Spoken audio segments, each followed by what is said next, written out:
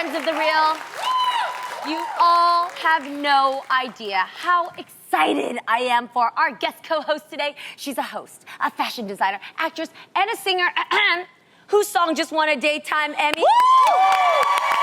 And she's also one of my home slices for life. Give it up, y'all, for Miss Kelly Osbourne.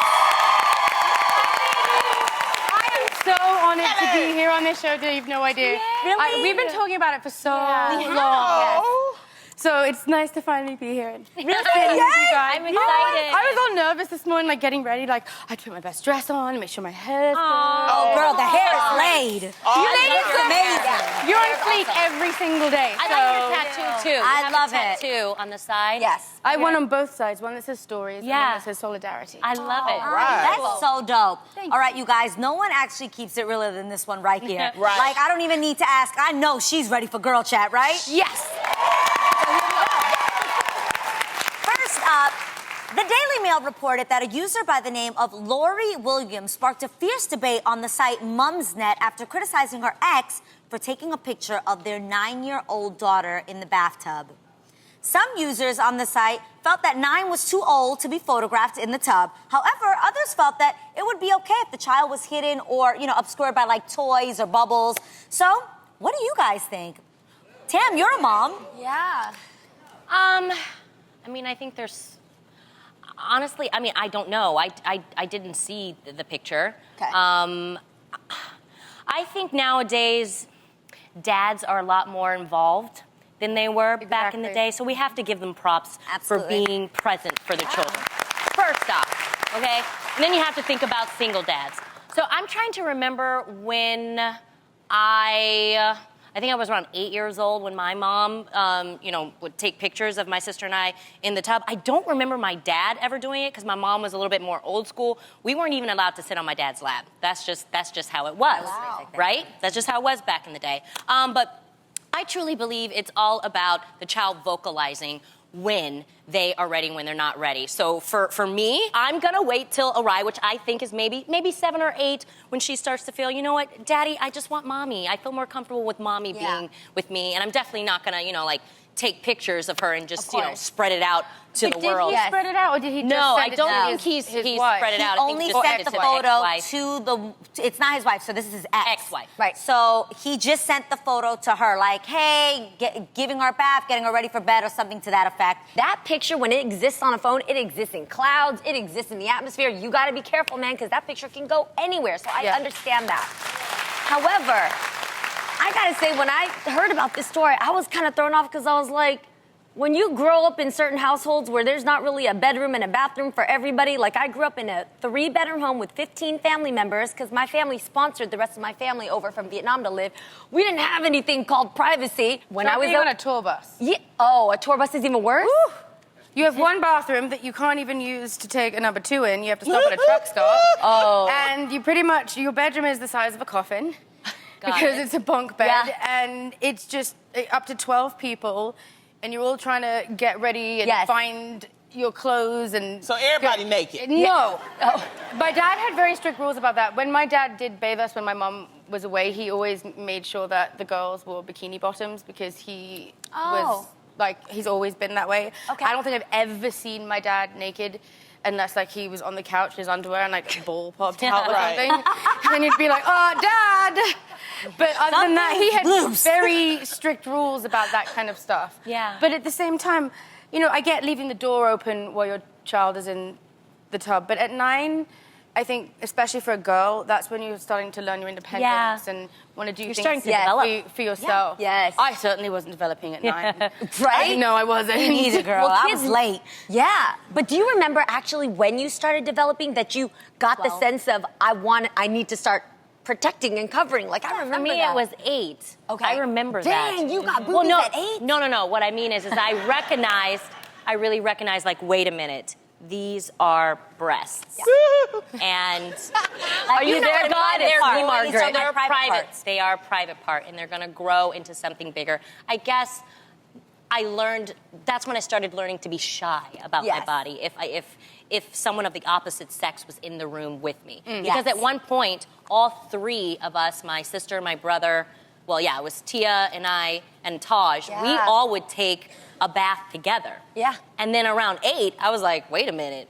One of these things is not like the other. Yes. Sounds a little bit different.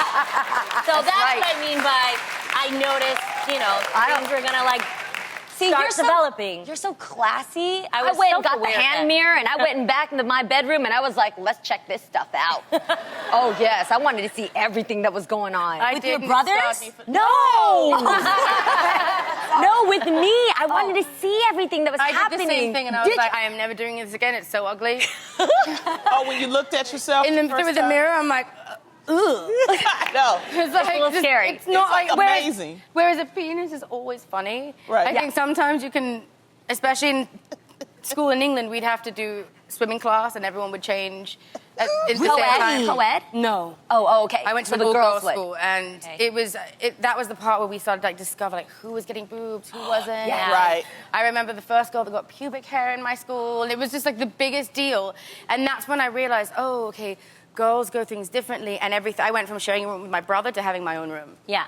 Wow. Oh, okay. That's interesting. Yeah. Well, everybody has a different thing for their Yes. parents and things like that. Just be careful with your kids. Yes. And like, I agree with you, Tam. When it's time for them, when they're like, I'm good, you ain't got to take no pictures of me, stop taking pictures, all right? That's it.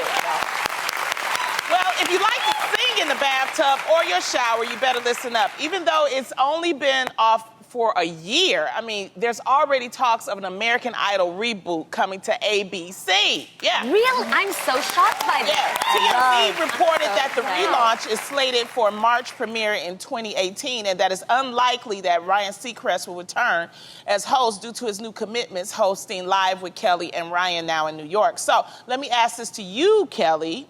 Who would you like to see for the reboot as a host and a judge for I'd American be Idol? fabulous. Yeah, okay, I think you would. I only say that because I love watching, because my mom is a judge on X Factor in the UK, and she did America's Got Talent here. So my favorite part was to see what goes on behind the scenes, to see how the host actually does do a lot more of mentoring and coaching them through rather than the judges. Yeah. Right. And I think that part is the most interesting. But for a panel, I was thinking about this, and I think I put together like the most perfect panel. Let's hear it. Who Who are are the the judges? Yes. And the judges are. Kelly Rowland, Nice. Oh, yeah. Skrillex, Skrillex. Ooh, that's a really good one. Kesha, Okay. All right. and either Ludacris or Missy Elliott. Oh, Missy Elliott all day. I think that would be a great panel. Have they ever had a hip-hop artist as one of the judges on American Idol? Nicki Minaj. Oh, Yeah, that is and true. Mariah. But what they really need, I got they it. need an old head, somebody that know about touring, somebody that Okay. still got their voice. You know who they need? Who? Gladys Knight. Oh, yeah. That's good. I hear you there. Okay, I got an idea that might top that.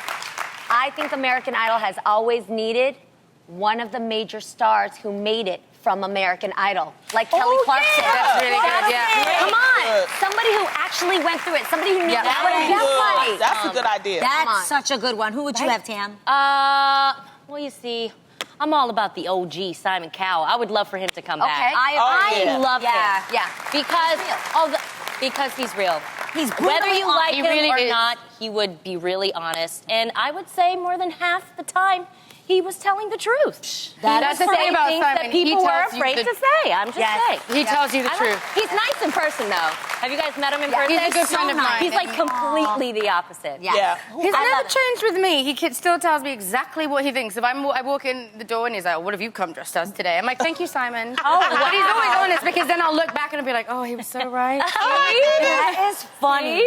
I would want to put together like the ultimate superstar panel. Like if they told you you can't sing, you're like, oh no, I can't sing because I believe them because they're major and they know what they're doing. So I'm gonna go with Beyonce. I would take some advice from Beyonce. Yeah. And she could have some time off because of the twins and See everything. that stability Yeah. for her, Yes. you know. Then I would say Kanye West. Yo, that would Really? entertain me. He would I'm be with the you. new Simon Cowell. Yes, he would tell you like it is, and then we gotta add Taylor Swift. Because of the energy between them And the we should definitely relationship. sit Beyonce in the middle. They may be fighting on the panel. But it'll be But so that's why we interesting. want- Can they just It'll be pull that entertaining. back and just throw that in the mix with those three? And I think it would be amazing. That's true. That's true. Because it's all about the energy between the judges. So I like that one. That is That's true. a good You one. know who I also like Who? that's new and hip? Because I was thinking about the legends and I was thinking about something.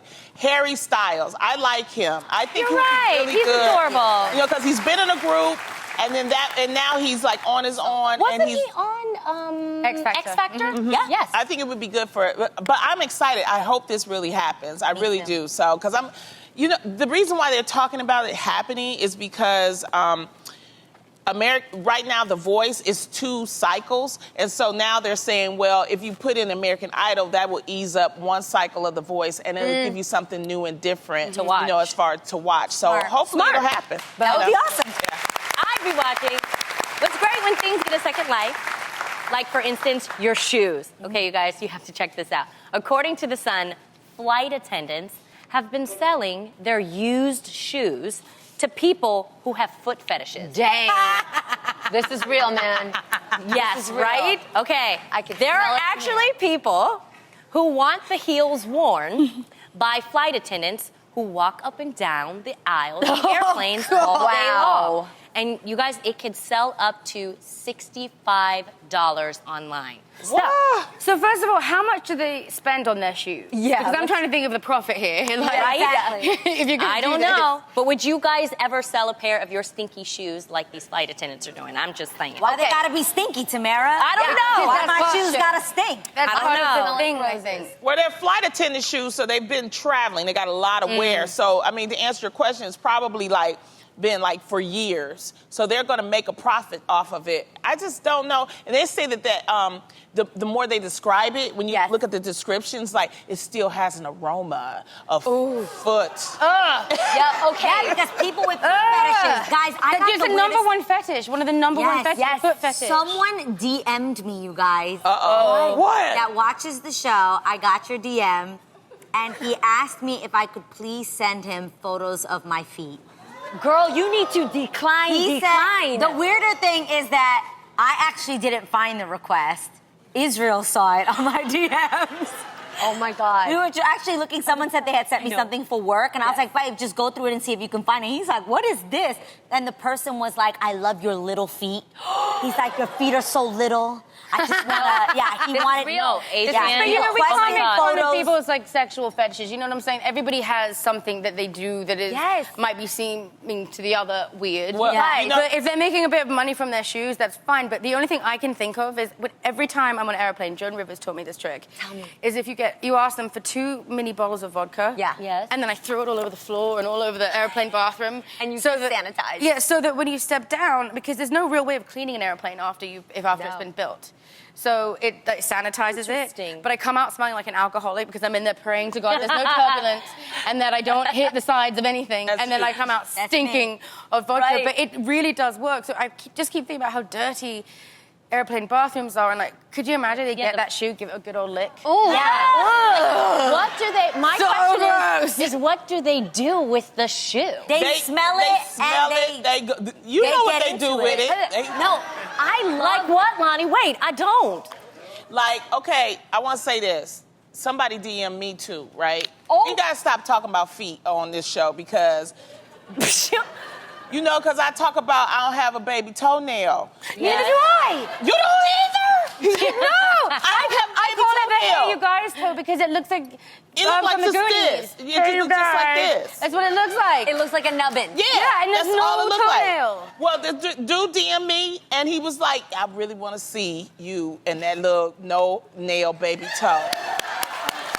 Wait, No, Lonnie, people hold on. are Wait, into wait. it. I There's swear. a dude out there that wants to suck on your nubbin. Yes, accurate.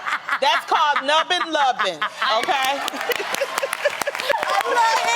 Oh my God. love I'm not gonna lie. I'm low-key obsessed with learning about fetishes out there. I love learning Low about key. it. I don't think you are. Guys, don't DM us. DM Jeannie